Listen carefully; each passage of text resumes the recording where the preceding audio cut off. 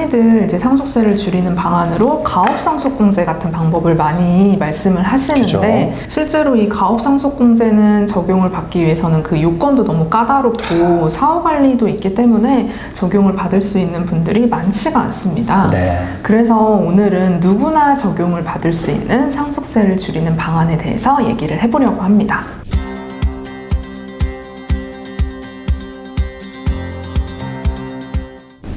여러분 안녕하세요. 오늘은 상속세를 피하는 방법에 대해서 이야기를 나눠볼까 합니다. 흔히들 이제 상속세를 줄이는 방안으로 가업상속공제 같은 방법을 많이 말씀을 하시는데 그죠? 실제로 이 가업상속공제는 적용을 받기 위해서는 그 요건도 너무 까다롭고 사후관리도 있기 때문에 적용을 받을 수 있는 분들이 많지가 않습니다. 네. 그래서 오늘은 누구나 적용을 받을 수 있는 상속세를 줄이는 방안에 대해서 얘기를 해보려고 합니다. 네. 우선 사전 증여를 활용하는 게 한 가지 방법이 될 것 같은데요. 다들 아시다시피 상속세율은 무려 50%에 이르는 고액의 세율로 구성이 되어 있고 10%부터 50%까지의 누진세율 구조로 되어 있다 보니 한계 세율을 낮춰서 분산하는 사전 증여 방법을 활용하시는 게 굉장히 큰 도움이 되실 수가 있습니다. 다만 여기서 고민할 점은 사전 증여를 하더라도 언제 어느 시기에 할 건지와 그리고 어떤 자산을 먼저 할 것인지 이 부분을 깊게 생각해 보실 필요가 있습니다.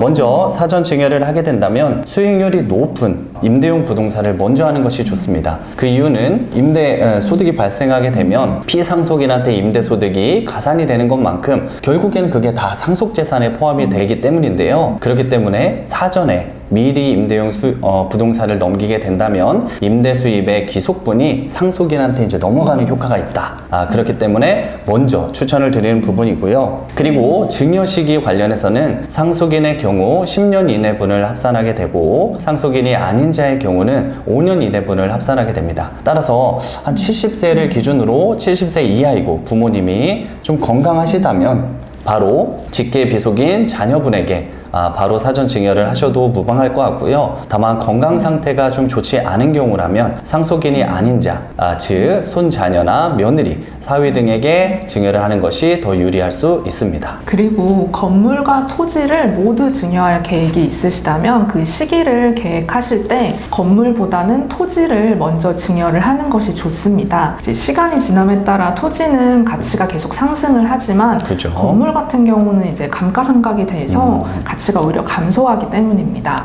그리고 이제 자녀분들이 좀 자금 여력이 있으시다면 부모님으로부터 부동산을 저가로 매수하는 것도 하나의 절세 방안이 될 수가 있는데요.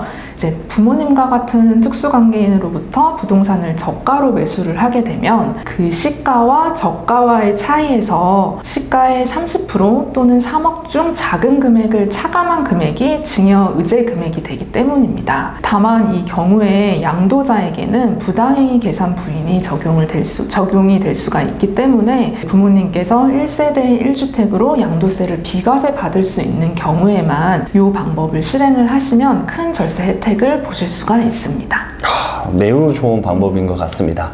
그렇게 요건을 잘 갖춰서 하게 된다면 증여세도 없고 양도세도 없이 원활하게 재산을 증여하실 수가 있습니다. 다음으로 상속 개시일 전에 준비사항에 대해서 말씀을 드리게 되면 보통 이제 사망일이 다다르면 대부분의 이제 부모님들은 몸이 이제 어디 한 군데가 고장이 납니다. 그렇죠. 한 군데면 다행인데 여러 군데가 이제 고장이 나는 경우가 있는데 그런 경우에는 병원비 그리고 간병비가 굉장히 큰 부담이 됩니다.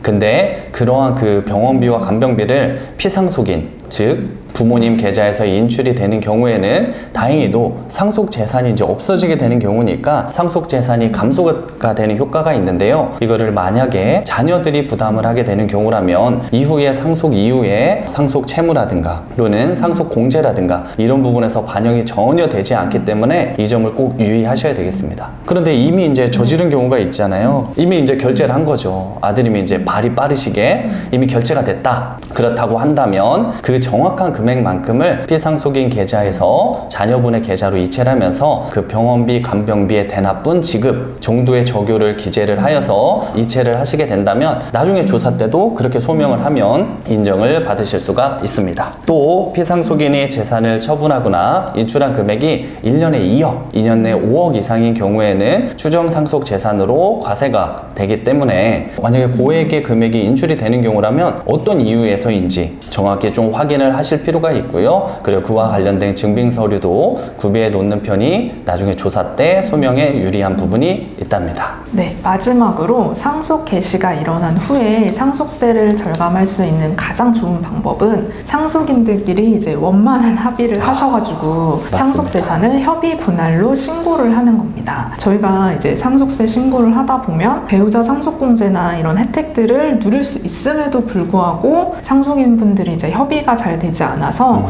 미협으로 신고를 하면서 이런 공제 혜택을 누리지 못하고 세금을 더 많이 납부하게 되는 경우가 종종 있습니다. 종종이 아니고 많이 있는 것 같습니다.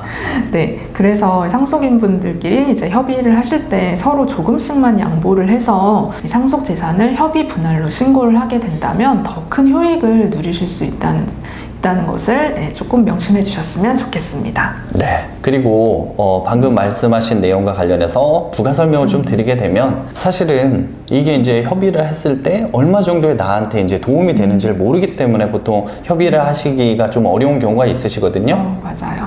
그런 경우에는 이게 협의가 돼가지고 이런 공제를 받아서 세금이 절세되는 효과와 그래서 내가 조금 더 양보하는 그 금액을 비교를 해보면은 의사결정이 가능하시기 때문에 이와 관련해서 담당 세무사님께 이것을 좀 비교를 해달라라고 건의를 해주시면 세무사님께서 비교 분석을 해줄 거라고 생각이 듭니다. 네. 지금까지 로운 로운 세무법인이었습니다. 세무법인이었습니다. 슬기로운 절세생활 하세요.